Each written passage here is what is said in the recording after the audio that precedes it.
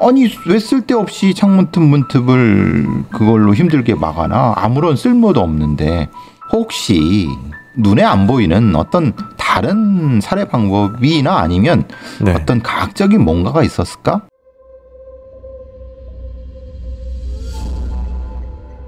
(2018년 12월 3일) 광주는 이틀째 내린 겨울비로 더욱더 춥게 느껴졌고 비 때문인지 거리마저 한산했습니다. 그날 밤 9시 광주 북구의 한 모텔. 손님이 나가고 방 정리를 위해 모텔방으로 올라간 직원. 그런데 객실 내 화장실 문에 누군가 청테이프로 틈을 막아놓은 것이 보였습니다. 이상한 생각에 테이프를 뜯고 문을 여니 한 여성이 테이프로 결박된 채 누워 있었습니다. 피해 여성의 입을 청테이프로 막아놨고 피해자가 움직이지 못하도록 양손을 청테이프로 감아서 묶어두었습니다. 뒷목과 손목 등은 외부 마찰에 의해서 긁힌 상태였지만 혈흔은 발견되지 않았습니다. 피해자의 눈과 코에도 청테이프가 붙어 있었고 객실 창문과 문틈 역시 청테이프로 막혀 있었습니다. 굳이 왜 청테이프로 문틈과 창문을 막아놓은 것일까? 이상한 점은 또 있었습니다. 피해자의 하의가 벗겨져 있었고 속옷이 사라졌다는 것입니다. 속옷에 범인의 DNA 등 증거가 남아있을 수 있기에 속옷을 찾기 시작한 경찰. 피해자의 입을 막고 있던 청테이프를 떼내자 피해자의 입 속에 구겨져 있던 속옷이 발견됐습니다. 범인이 피해자의 목을 조른 후 피해자의 속옷으로 피해자의 입을 틀어 막아 숨을 쉬지 못하게 만들어 경부 압박 질식으로 사망하게 한 것으로 추정됩니다. 경찰은 피해자의 몸에서 성행위의 흔적을 확인했습니다. 그녀는 누구이며 왜 이 모텔에서 발견된 것일까? 피해자의 핸드폰이 현장에서 발견됐으나 유심칩은 제거되어 있었습니다. 곧이어 지문을 통해 신원을 확인한 경찰. 그녀는 57살 민씨로 사건이 일어나기 전날인 12월 2일 수원에서 광주로 내려왔고 바로 다음 날인 12월 3일 오전 10시에 여동생과 함께 수원으로 다시 올라갈 계획이었습니다. 각자 볼일을 보고 광주 종합버스터미널에서 만나기로 했는데 언니가 연락도 안 되고 오지도 않아서 실종 신고했던 거예요. 실종 신고를 접한 경찰이 그날 밤 민 씨의 행방을 추적했고 그렇게 그녀는 광주의 한 모텔 화장실에서 청테이프에 묶인 채 발견된 것입니다. 모텔 CCTV를 확인한 경찰은 민 씨가 12월 3일 오전 6시 50분경 홀로 모텔 입구로 들어온 뒤 엘리베이터를 타고 해당 객실로 들어갔음을 확인했습니다. 그곳에서 그녀는 누구와 조우한 것일까? 청테이프로 감겨 살해된 민 씨. 광주 경찰들은 14년 전 광주에서 일어난 사건 하나를 떠올렸습니다. 2004년 광주에서 한 여대생이 청테이프에 감긴 채 질식사한 사건이 있었는데 그게 아직도 미제로 남아있거든요. 그 유사 사건이 또 일어난 건 아닌가 합니다. 과연 미제로 남아있던 청테이프 살인마가 14년 만에 다시 나타난 것일까? 경찰은 처음부터 이 사건을 검토해보기 시작했습니다.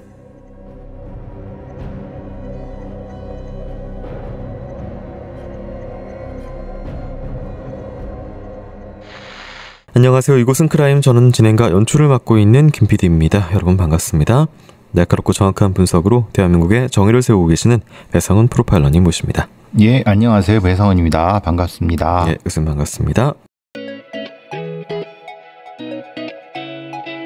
크라임은 내 식탁 위에 제주 한 그릇, 제주 해녀밥상과 함께하고 있습니다.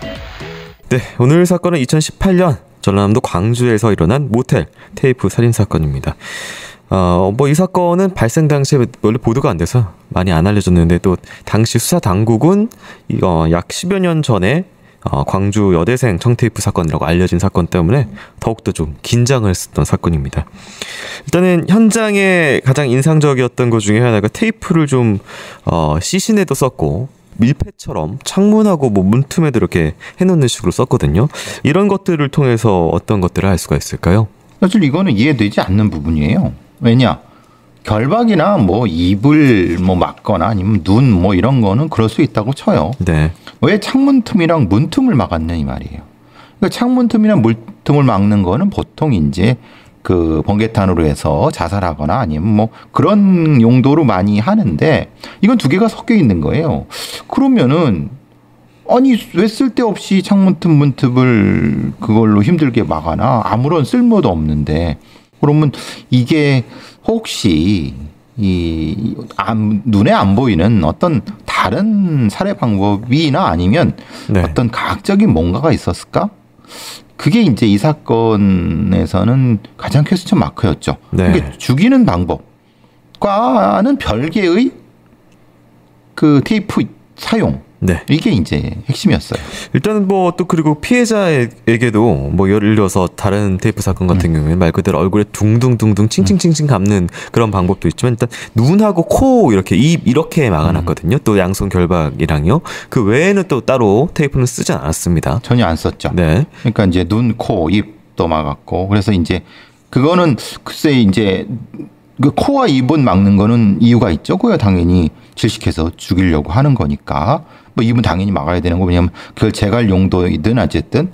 근데 눈은 왜 했느냐? 눈을 이제 이 함으로써 네. 공포심, 두려움에 떨게 하고 그러면서 자신의 말을 듣게 하는 그러면 서서히 죽어가는 어떤 피해자에 대한 어떤 특정한 쾌락 이런 러스트 이런 것들이 있었을 수 있겠다. 네.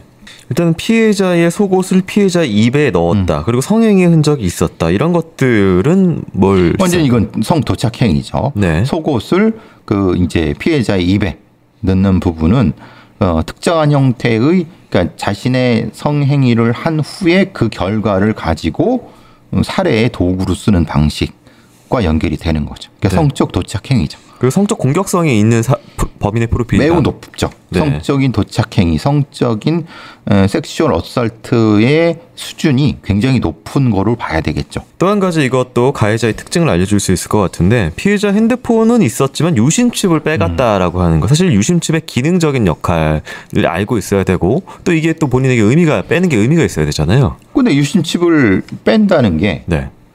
유심칩에 뭐가 들어가죠? 뭐 이제 개인의 뭐 로그인 정보라든지. 그러면 유심칩이라는 것을 발견했느냐? 사실 발견 못했죠. 그러니까 결국은 뭐냐? 지금 이거는 특정한 가학적이고 성도착 행위를 하고 그거를 촬영을 하고 그 결과를 여기다 넣어서 부분이 있다고 하면은 사실 이 범죄의 핵심은 거기에 있는 건데. 이 칩을 찾아야 된다. 그렇죠. 네. 그건 없이 그냥 근데 문제는 그렇잖아요. 범죄를 은폐하기 위해서 뭘 행동이 없어요. 그냥 지문도 있고 얼굴도 그대로예요. 그냥 놔뒀어요. 네. 아니 근데 그거는 안 발견되겠어요? 생각해 보세요. 누군지도 바로 파악되고요. 그럼요. 아니 네. 모텔이면은 당연히 문 열고 청소할 건 뻔히 아는 거고 뻔히 알면 신원 확인되면은 당연히 어떤 추적이 될 텐데 근데 그런 거는 신경을 안 쓰고 단지 유심칩을 빼갔어요. 네. 그리고 다른 어떤 성행위 흔적과 속옷을 입혀놓고 이런 그러니까 여기서 이 사건을 제대로 봤어야 되는 건데 그게 아니라 이것은 그냥 다 무시된 것 같아서. 네. 그러니까 역시나 마찬가지로 모텔이라고 하는 장소 자체가 앞서서 말씀해 주신 대로 그 테이프로 다 막아놓는 거 예를 들면은 뭐 어떤 가정집 같은 경우에는 시신 냄새가 안 풍기게 하기 위해서 막아놓는 경우 그 경우에 사실 사람의 왕래가 최대한 안 오게 하려고 하는 뭐 이런 장치들로 좀 두는 그렇죠. 경우들은 있어도 어차피 오는 장소기 때문에 어차피 뭐 문 다 열잖아요. 의미가 없는 테이프 도배였어요 그게. 그렇죠. 네. 그리고 이제 어차피 마스터 키는 주인이 가지고 있는데 네. 아니 그게 무슨 의도냐 이 말이에요. 그러니까 그럼 사실 그게 아니라 혹시 뭐 이산화탄소라든가 아니면 그런 다른 형태의 범죄 도구가 이용된 거를 발견을 못한 건지 네.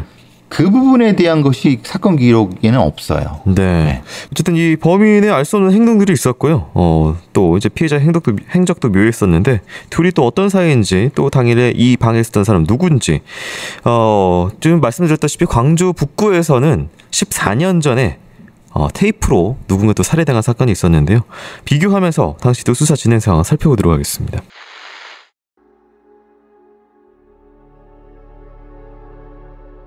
(2004년 9월 14일) 광주 북구의 한 아파트.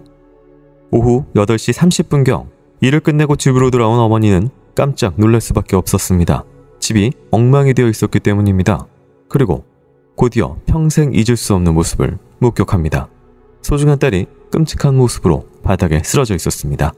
시신은 양손이 뒤로 묶인 채 하의가 완전히 벗겨져 있었고 얼굴 전체가 테이프로 완전히 감겨 밀봉된 상태였습니다. 피해자는 모 대학교 사범대학 미술교육과 4학년에 재학 중인 손 씨로 사건 당일 혼자서 집을 보고 있었습니다. 특별한 일 없이 집에 있었던 딸은 양팔이 등 뒤로 꺾여 머플러로 묶인 채 사체로 발견됐습니다. 상의는 외출복이었고 양말은 신고 있었지만 하의는 모두 벗겨진 상태. 무엇보다 충격을 준 것은 피해자의 머리와 얼굴이 박스를 봉인할 때 쓰는 노란색 테이프로 찡찡 감겨 있었다는 것입니다. 14년 전 사건이나 이번 모텔 살인 사건이나 테이프를 사용해서 입을 봉인한 점도 유사하고 하의를 벗긴 점도 유사합니다. 범행에 이용된 도구가 테이프라는 점, 여성 피해자의 하의가 벗겨진 채 발견됐다는 점 외에도 14년 전 사건의 경우 현관에 피해자의 가방이 있었고 현관문이 번호키 형식이었기 때문에 안에서 열어줘야만 침입이 가능했다는 점, 누군가 방 안에 동행한 흔적이 있다는 점 등을 미뤄보아 면식범의 가능성이 있는 것도 비슷했습니다. 여대생 역시 자신의 아파트에서 살해당했고 모텔에서 살해당한 중년 여성도 거리낌 없이 모텔 방으로 들어간 걸로 보면 면식범의 소행일 가능성을 높게 살펴보고 있습니다. 2004년 당시에도 현장에서 핸드폰이 사라졌습니다. 피해자의 휴대전화는 인근 병원 근처에서 잠시 켜졌다가 꺼졌고 결국은 찾지 못했습니다. 두 사건의 차이점은 모텔에서 살해당한 민 씨의 사체엔 폭행의 흔적이 없었다는 점입니다. 14년 전 테이프를 벗겨낸 여대생 손 씨의 얼굴은 무차별한 구타로 인해 상처투성이었습니다. 당시의 사인은 테이프로 인한 비구폐색 질식사, 집안이 심하게 어지러져 있는 점으로 미뤄보아 심한 몸싸움이 있었던 것이 확실했으나 피해자의 족적과 혈흔만 발견됐을 뿐 범인의 족적이나 지문은 발견되지 않았습니다. 심지어 살해에 사용된 테이프에서도 지문은 발견되지 않았습니다. 엉망이 된 집에서 없어진 것이라곤 현금 13,000원과 피해자의 휴대전화뿐. 닮은 듯 뭔가 다른 두 사건. 과연 한 사람의 소행인 것일까? 아니면 14년 전 사건을 모방한 누군가의 범죄인 것일까? 수사팀이 촉각을 세우던 중 모텔에서 살해당한 피해 여성 민 씨의 카드를 누군가 사용한 기록을 발견해냈습니다. 어떤 남자가 캔맥주랑 담배 등을 출근 시간 무렵에 한 번, 오전 10시경쯤에 한 번, 이렇게 2번 들러서 사갔어요. 담배만 거의 13갑을 사간 것 같은데. 그래서 기억에 남아요. 숨진 민 씨의 카드를 사용한 의문의 남성. 강도 살인이라고 하기엔 소액만 사용한 후 카드는 사용되지 않았습니다. 그런데 경찰은 민 씨가 발견된 모텔방에서 누군가 월 30만 원의 장기 투숙 중이란 사실을 확인했습니다. 경찰은 이 투숙인을 찾는 한편 이 투숙인과 CCTV 속 남성과의 동일 여부를 확인했습니다.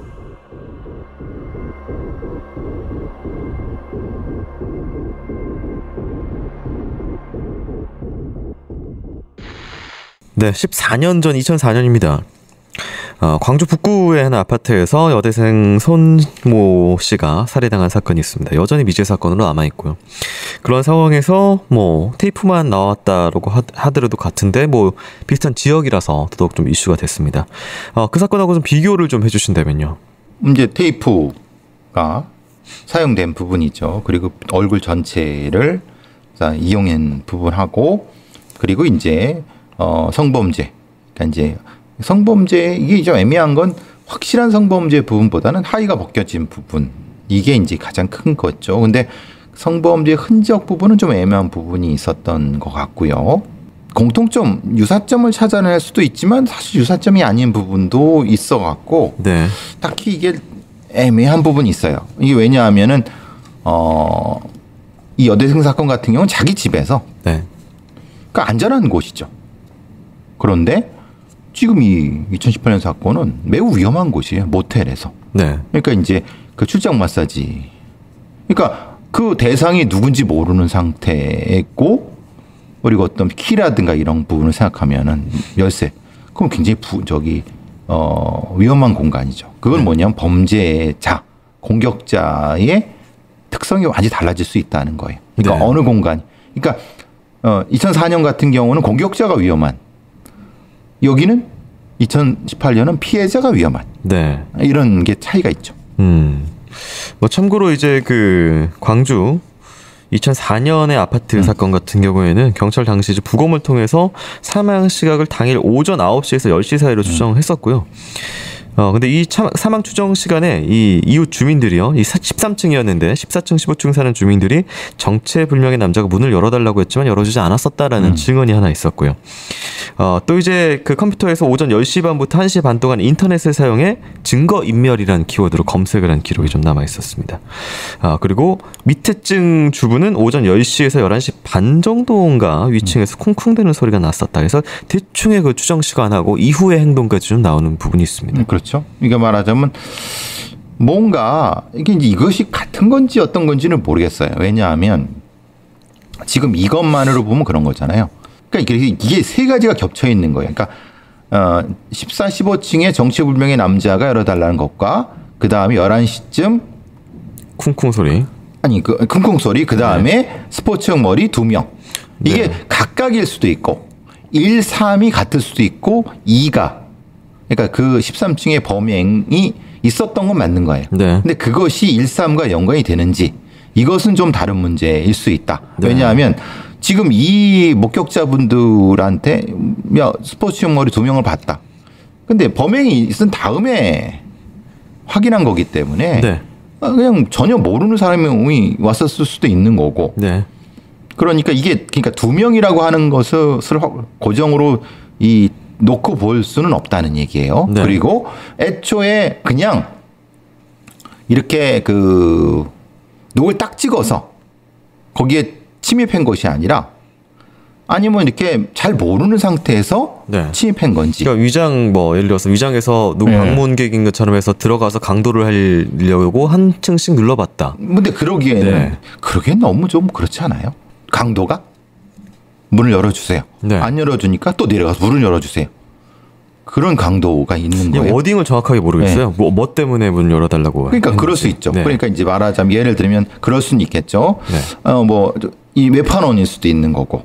그렇죠. 그러니까 이제 이 부분이 정확히 해야 되는 건데 어쨌든 왜 이거는 중요하냐면 딱 타겟을 해서 들어온 건지 아니면은 그게 아니라 돌다 보니까 빈집이 있어서 빈집이라는 것은 지금 문제는 이 대학생이 나가려는 과정에서 마주쳤을 때 쫓아 들어와서 범행을 했다. 13층의 이 대학생 이거는 딱 그 모양이거든요. 그러면 애초에 노린 것이 아니라 그냥 빈집털이가 여대생 혼자 있으니까 빈집털이도 하고 성범죄도 하면서 살인을 한 이렇다고 보는 거잖아요. 사실 이제 그때는 스마트폰이 없었기 때문에요. 집에 들어간 이후에 컴퓨터를 켜서 증거인멸을 검색을 한 것이니까 애초부터 살인을 하고 증거인멸을 계획하고 들어간 상황 정도는 아닌 것처럼. 아니죠. 그러니까 거기서 벌어진 걸 닥치는 대로 한 것이 아닐까 이렇게 되는 거죠. 물론 이제 이후에 지금 광주 사건 같은 경우에는 차이점이 명확하게 있습니다. 앞 사건하고 좀 다르게요. 예를 들어서 폭행의 흔적이 없다. 그렇죠. 이런 부분도 좀 있었고. 폭행의 흔적이 없고 성범죄 흔적이 있는 거죠. 그리고 속옷을 그러니까 조금 더 성적인 뉘앙스의 그런 게 좀 많이 풍기네요. 근데 2004년 광주 사건은 여대생 사건은 그거는 성범죄보다는 그냥 폭행 후 살해, 증거인멸, 이런 것이니까 자기를 봤기 때문에 죽인. 이런 형태가 아닌가 이렇게 보는 거죠. 특히 이제 또 민 씨의 카드가 이후에 체크 카드가 쓰인 게 있습니다. 근처 편의점에서 담배 13갑, 맥주 등을 샀습니다. 얼마 안 돼요. 몇만 원이 안 됩니다. 그리고 나서 안 쓰였어요. 이 카드는 뽑으려는 시도도 없었고요. 아니 안 쓸려면 안 쓰고 쓸려면 쓰는 거지. 담배만 사고 말았다는 거잖아요. 2018년도에요. 카드 사용하면 흔적 남는다는 걸 안단 말이에요. 근데 썼어요. 그것도 많이 쓴 것도 아니에요. 그 뭐냐 이 말이에요. 이 범인이. 그러니까 이제 그러면은 이게 주순 거예요? 주웠다고 하기에는 지금 원래 이 거주지가 거기잖아요. 수원이고 지금 광주로 내려와서 일시적으로 들른 곳이라서. 그러니까요. 그러니까 이건 말이 안 되죠. 그러니까 그거는 범행 피해자로부터 취득한 것이 맞죠. 근데 이런 식으로 소액만 쓰는 것도 되게 이상한 행동이어서. 이상하니까 지금 상태가 이거는 이 범죄자의 심리 상태가 매우 위축돼 있거나 아니면 매우 딱 제한된 어떤 인식밖에 안 내는 어떤 사람이 아닐까. 일단 그런 상태가 되죠. 오히려 반대로 이렇게 생각할 수도 있을까요? 그러니까 이게 말 그대로 찜찜해서 그러니까 자신의 원래 목적은 성이나 어떤 다른 범죄인데 보이니까 그냥 나 담배 살 때 잠깐 이렇게 감정 없이 그냥 툭 쓰는 정도만 이런 집중하지 않았을 수도 있죠. 그럴 수 있죠. 고조적으로 얻은 약간의 이득 정도로. 그렇죠. 그러니까 네. 자신의 성범죄와 성적 도취와 관련된 부분은 완수를 했기 때문에 그 카드는 별로. 그리고 딱히 그 범죄를 들키고 뭐 이런 뭐 은닉하고 이런 생각은 별로 하지 않는 네. 그런 심리 상태라고 보면은 맞죠. 그 부분은. 네, 알겠습니다. 당시 살인사건이 일어났던 객실에 장기 투숙 중이던 남자가 있었습니다. 경찰은 그 남성을 찾아 나섰습니다.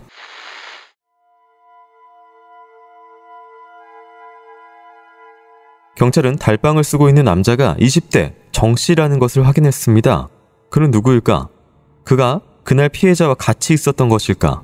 경찰 수사 결과 그는 안산에 있는 가구 공장에서 일하다가 그만둔 후 광주에 내려온 것으로 조사됐습니다. 뭐 하는 사람인지 모르겠어요. 방에만 틀어박혀 있고 딱히 직업도 없어 보이더라고요. 특별한 직업 없이 모텔방에서 대부분의 시간을 보냈다는 정 씨. 사망한 민 씨의 나이는 57세. 달방을 쓰는 정 씨는 20대 중반이었습니다. 경찰은 사망자와 정 씨의 연결점을 찾아봤지만 딱히 접점을 찾을 수는 없었습니다. 왜 민 씨는 정 씨를 만나러 광주까지 내려와 새벽에 정 씨의 모텔방을 찾은 것일까? 풀리지 않은 미스터리만 가득한 그때 정 씨의 정체가 하나씩 밝혀지기 시작했습니다. 정 씨는 2015년에 군사법원에서 사기죄 등으로 복역한 바가 있고 2018년 11월경에는 인터넷 중고품을 거래한다고 속인 뒤 4명의 피해자들에게 41여만 원의 재물을 편취한 혐의도 있습니다. 직장도 없이 모텔방 안에서 인터넷 사기를 벌인 정 씨. 그렇다면 그의 인터넷 사용 기록에 무언가 단서가 있진 않을까? 경찰은 정 씨의 통신 기록 및 인터넷 사용 기록을 조사했고 사건이 발생했던 12월 3일 아침 6시 53분경 정 씨가 휴대폰 데이트 어플에 접속한 사실을 찾아냈습니다. 스웨디시 마사지 60분 플러스 전립선 마사지 15만 원이라는 메시지를 주고받은 것이 확인됐습니다. 피해자로부터 마사지를 받기로 하고 피해자가 정 씨가 묵고 있는 모텔로 찾아온 것으로 추정됩니다. 조사 결과 며칠 전 민 씨는 정 씨에게 마사지 서비스를 제공하기로 합의를 본 후 12월 2일 동생과 함께 광주에서 내려왔습니다. 민 씨는 본인의 업무를 다 본 후 약속대로 12월 3일 새벽 6시 50분경 정 씨가 묵고 있는 객실로 향했던 것입니다. 그날 처음 본 두 사람. 정 씨는 왜 임시였지만 자신의 거주지였던 달방에 여성을 부른 뒤 시신을 그냥 둔 것일까? 그중 편의점 CCTV를 통해 그날 아침 담배를 사간 남자가 정 씨라는 사실이 확인됐습니다. 이 사건의 진실을 누구보다 잘 알고 있을 정 씨. 하지만 경찰이 정 씨를 찾기 시작했을 때 그를 봤다는 사람은 아무도 없었습니다. 경찰은 모텔과 인근 거리에 있는 CCTV 60개의 영상을 분석 끝에 정 씨가 살해 장소에서 5km 떨어진 다른 모텔에 은신해 있다는 걸 알아냈습니다. 다급히 출동한 수사팀.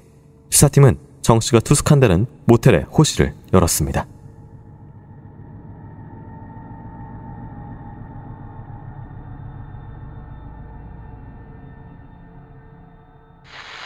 둘의 나이 차이가 사실 많이 났기 때문에 초반에는 이게 어떻게 연결점이 있는지 수사팀에서 좀 고민을 하다가 데이트 어플을 이용을 했었다. 마사지 서비스를 계약을 했었다. 근데 지금 저희가 바로 기시감이 떠오르는 게 그 유영철이 윤락 여성들을 불러서 범죄 살인을 또 저질렀던 게 또 생각이 나서 어떤 범죄 수법의 연장성상이 있다고 봐야 될까요, 이거를? 그러니까 소위 마사지 걸, 출장 마사지사를 불러서 어플을 통해서 만나서 돈을 주고 성매매를 하는 그런 형태인 것 같아요. 그 부분은 만약에 이제 유영철과 수법을 비교해 본다면야 유사한 형태의 어떤 가학적 행위를 하고 살해를 하고 유영철은 당연히 훼손도 했으니까. 네. 근데 거기까지는 안 간 것 같아요. 네. 훼손까지는 안 가고 그냥 가학적 행위, 신체에 대한 가학적 행위, 아니면 가학적 행위를 하고 죽인, 그리고 가학적 행위를 한, 그리고 도주한, 이런 정도죠. 네. 일단은 이게 본인이 달방입니다. 계약을 해가지고 돈도 주고, 본인의 물건들도 좀 있고, 이런 상황이어서, 거기에서 불러서 거기서 하고, 거기다 두고 자기는 간다? 이게 좀 이해가 잘 안 돼서. 그렇죠. 그러니까 그 부분에 대해서는 딱히 범죄를 은닉하려거나 그런 것이 아니라, 네. 거기서 뭔가 딱 닥쳐갖고 그 행위를 한 후에 딱히 그걸 치울 생각 없이 그냥 자기만 몸만 다른 곳으로 이동한 그런 상태 같아요. 네. 그러니까 이게 그러니까 본인이 예를 들어서 비체계형이라서 뭐 그런 건지 아니면은 뭐 본인이 아예 그 범죄에 대한 감각이 이렇게 없을 수도 있는 것 같아요.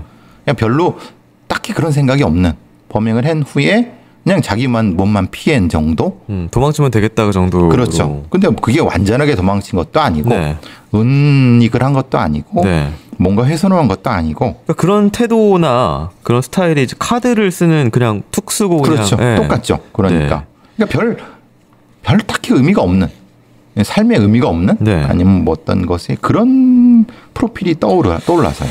그럼 이것도 연결이 될까요? 군대에 있을 때 이미 또 전과가 있었고 광주에 머물 때도 인터넷 사기, 그러니까 그대로 어떤 거래한다고 판다고 해놓고 돈만 받고 뭐 이렇게 한다든지 뭐 이런 식으로 그냥 일을 안 하고 살고 있었거든요. 제일 편한 방법이죠.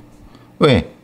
군대 사기자라는 게 그거잖아요. 뭐 옆에 있는 애한테 돈 꾸고 아니면 뭐 이렇게 해서 안 갖고 휴가 나와서 뭐 이렇게 그 인터넷 물품 한다고 하고 띄어먹고 그런 거잖아요. 그러니까 그 삶에 너무 얕고 범죄 행위나 도덕감이 거의 없는 그런 삶을 계속 반복해 왔던, 그런데 결국은 그게 살인으로 이어진, 그게 이제 이 정 씨의 프로필이 되겠죠. 경찰은 유력 용의자 정 씨가 인근 모텔에 있다는 것을 알게 돼서 현장을 급습하는데요. 이후 수사 상황 살펴보도록 하겠습니다.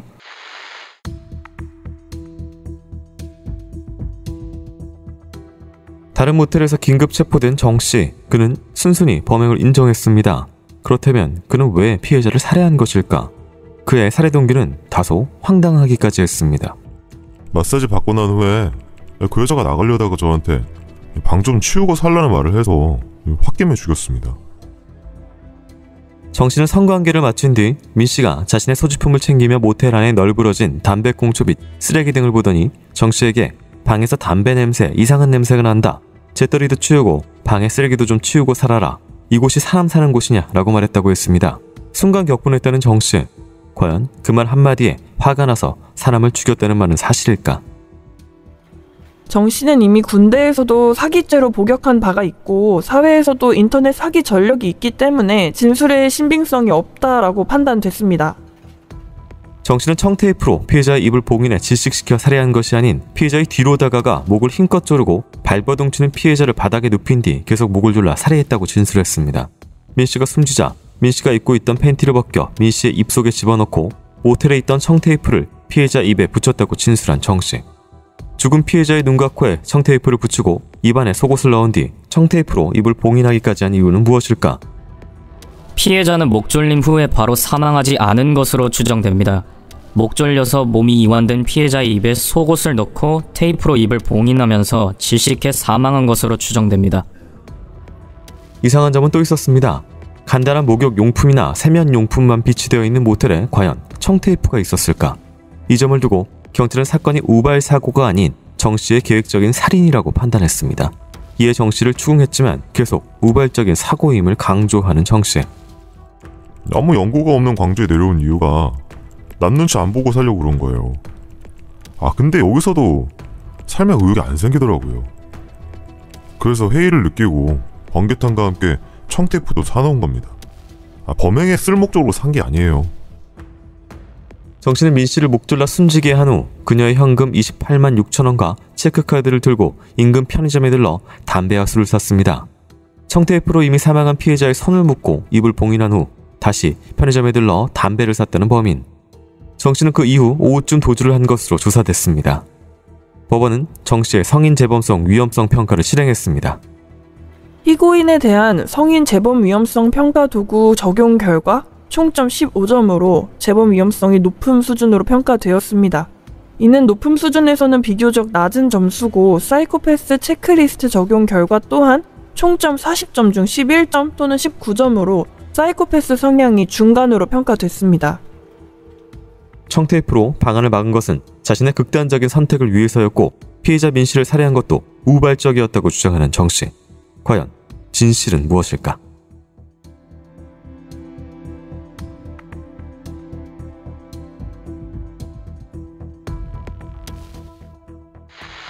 일단 본인 진술로 본인이 어떻게 살해를 했고 어떤 행동을 했다라고 좀 이야기가 나왔습니다. 뭐 테이프로 감아서 한 게 아니라 목을 자기가 직접 했다라고 하는데 이게 좀 애매해요. 네.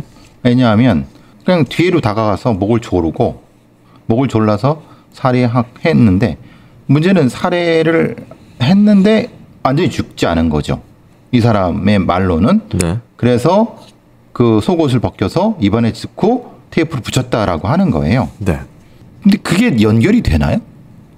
보통 이제 예를 들어서 한 행동을 한다면 같은 방식으로 어떻게든 그렇죠. 끝이 낼 것 같은데 거기서 완전하게 뭐 다른 줄이거나 아니면 뭔가. 네. 근데 거기서 어떻게 청테이프라고 하는 생각을 했지? 라고 물어야 되는 거죠. 네. 너는 지금 손으로 아니면 뭔가 이제 이걸 뭐 목을 졸랐잖아 지금. 근데 그거를 지금 띄워갖고 청테이프로. 그러니까 청테이프 얘 얘기는 그거예요. 자기가 자살하려고 청테이프나 이런 거를 준비해 뒀고 청테이프를 이렇게 이 밀봉을 해놨었단 말이에요. 근데 문제는 그러면 그 밀봉이었는데 자살하려고 하는 뭐 번개탄일 이런 건 없어요. 네. 그게 말이 안 되는 거죠.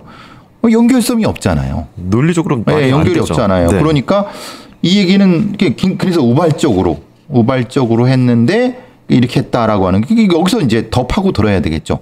그게 아니라 사실은 뭔가 다른 형태 왜 목을 졸라도 죽지 않았기 때문에 무엇인가 가학적인 어떤 행위를 했던 부분에 거기에 초점을 맞춰서 수사가 진행됐어야 되는데 네. 그냥 뭐 자기는 저 죽으려고 청테이프를 샀고 그냥 눈에 보이니까 그냥 그걸 가지고 했고 그냥 죽었어. 그 다음에 내가 나가서 뭐 카드 쓰고 그랬어. 뭐 그래 어떻게 할 거야? 이렇게 하니까 그냥 거기서 수사는 끝난 거예요. 그러니까 어떤 다른 동기가 있는 것도 아니에요. 그냥 동기는 이거예요. 야, 좀 그 지저분한 데 좀 치고 살아라고 하는 게 탁 꽂혀갖고 죽였다는 거예요. 네. 그래. 아니 근데 자기는 지금 죽을 생각이 있었다면요. 네. 지금 그 자살하려고 했다면요. 근데 그게 자기한테 굉장히 감정적으로 꽂혀갖고 그것 때문에 했다. 만약에 그렇다고 하면 그게 아니라 뭐예요? 때려서 뭔가 폭행이 이루어졌겠죠. 네. 그 나이도 차이가 20살 넘게 차이 나니까 힘으로도 충분히 제압할 수 있을까? 아니라 그러니까 폭발적인 분노라고 하면 뭔가 이렇게 근데 그것도 아니고 질식이에요. 네. 그러니까 연결성이 없어. 행동의 연결성이 없다는 거예요. 제 말은. 네, 일단 앞에서 여러 가지 좀 범죄들이 있었죠. 그리고 또 이 행동이 너무 또 잔혹했기 때문에 뭐 PCLR 테스트라든지 코러스 테스트를 해봤습니다. 뭐 재범 위험성 높음 수준. 그 다음에 PCLR도 19점 정도. 그러니까 별 중간. 네. 그냥 보통이에요, 보통. 네. 재범 위험성이라고 하는 것은 높음이지만 사실은 이건 그렇게 높다는 게 아니라 그냥 평이한 이게 조금 높은 이에요. 평상, 네. 중상 정도니까 이 도구는 아무 의미가 없는 거예요, 사실은. 네. 그래서 이제 결국은 재판 기록이나 수사 기록은 뭐냐 이걸로 끝난 거예요. 아 그냥 여자가 자극을 하니까 이게 이제 죽으려고 해서 그냥 죽였구나. 우발적으로. 그리고 끝. 예. 그러니까 이게 자극이 될 만한 그러니까요. 상황도 아니고 그 반응도 아니었는데 그러니까 이런 데서 이제 네. 수사라고 하는 것에 한계점이라든가 미진한 부분이 나타나는 거죠. 왜? 본인이 이렇게 했다고 하고 뭐 죽였다고 인정했으니까 그냥 더 이상 수사가 진행이 안 거죠. 어차피 송치해야 되는 거고. 네. 그리고 문제는 더 큰 문제는 네. 피해자 쪽에서 문제제기를 않잖아요. 네. 그게 보통 이제 그냥 어떤 가족이 있고 그러면은 아니 우리 피해자 우리 가족 누구가 이렇게 잔혹하게 당했으면 이게 사실은 제대로 된 거냐 좀 더 다른 걸 파봐야 되지 않냐 막 했는데 지금 이 피해자는 뭐 쉽게 말하면 출장 마사지사예요. 성매매 여성이란 말이에요. 네. 그러니까 누구도 문제 제기하지 않았고 그냥 그게 사실은 가서 위험한 사람 만났구나. 위험한 상황에서. 그렇죠. 네. 그러니까 왜 유영철 사건 연쇄살인 사건이 됐어요? 그 출장 마사지가 사라지는 거. 만약에 얘가 이거 하고 안 잡혔으면은 연쇄살인이 되는 거예요. 네. 또 다르게 했겠죠. 광주 사건 사실 2004년입니다. 14년 전이에요. 이 사람이 20대 중반이니까 사실 나이는 이제 될 수가 없어요. 그렇죠. 그 부분은 뭐 안 되죠. 수법도 일단 좀 네. 달랐고요. 네. 자, 방송을 마치기 전에요. 전하는 말씀 좀 듣고 오도록 하겠습니다. 김 PD. 왜요, 베프르님? 얼굴 왜 이렇게 부었어? 그 정도는 아닌데. 요즘 좀 바빠서 인스턴트만 먹긴 했는데, 이거 어쩌죠? 제주엔 참 종고 만수다양. 아, 네? 제주예요? 비건식을 통해서 몸에 독을 빼고 건강함을 채워 넣으라고 건강을 담은 이 제주 해녀 밥상을 보라고. 아, 추나무, 톳, 표고버섯, 호박, 당근 100% 제주산 재료만 담겨있네요? 밥할 때 쌀 위에 얹고 취사 버튼 누르면 끝. 양념장 넣고 슥슥 비비면 와, 제주다. 아, 혀속에 제주가. 인스턴트로 부글부글하던 속이 한 방에 정리되는데요? 배송 메시지에 크라임이라고 적으면 사은품을 주니 놓치지 말라고. 감수다. 제주 리퍼블릭의 제주 해녀밥상 하영 담아갑서. 제주 해녀 밥상으로 건강한 한 끼 혼자 먹읍서. 크라임은 내 식탁 위에 제주 한 그릇, 제주 해녀밥상과 함께합니다. 네, 앞서서의 이 범행의 가학적인 부분에 대해서 계속 좀 제대로 잘 안 이뤄진 부분이 있어서 사실 좀 판결에 대해서 다들 좀 불안하실 것 같은데요. 재판부는 피고인은 이 사건 각 범행을 모두 인정하면서 반성하는 태도를 보이고 있다. 피고인은 이 사건 살행범행 이전에 주로 사기, 절도 등 범행을 저질렀고 폭력 등의 정력은 없었다. 피고인의 불우한 가정 환경이 반복적인 범행을 저지르게 된 배경이 된 것으로 보인다.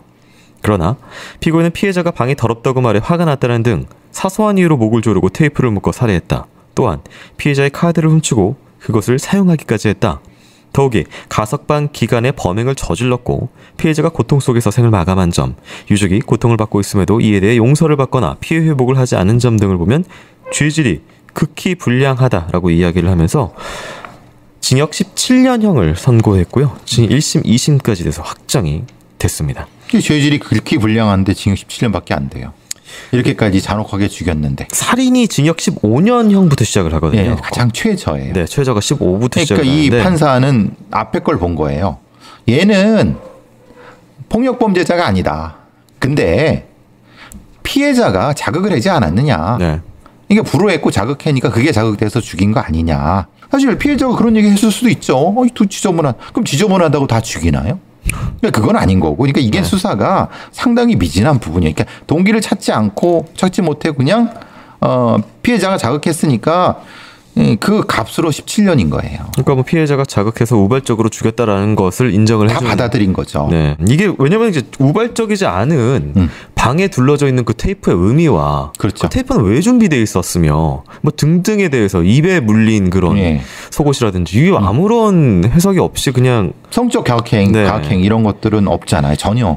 판결문에. 굉장히 아쉽고 일단 또 이 검사가 제출한 또 이런 이야기가 있습니다. 그 위치 추적 장치 사실을 좀 부착해 달라. 왜냐면 이제 17년형 살고 나와서 이 얘기가 있었는데요. 이거에 대해서 이 판결문에서는 검사가 제출한 자료들만으로는 피고인에게 형 집행 종료 후에 보호 관찰을 받도록 명령하는 외에 위치 추적 장치 부착 명령이 필요할 정도로 장래에 다시 살인 범죄를 범할 추상적인 재범의 가능성에서 더 나아가 다시 살인 범죄를 범할 상당한 개연성이 있다고 단정하기 어렵다라면서 미부착한다고 판단했습니다. 이 범인이 20몇 살이죠?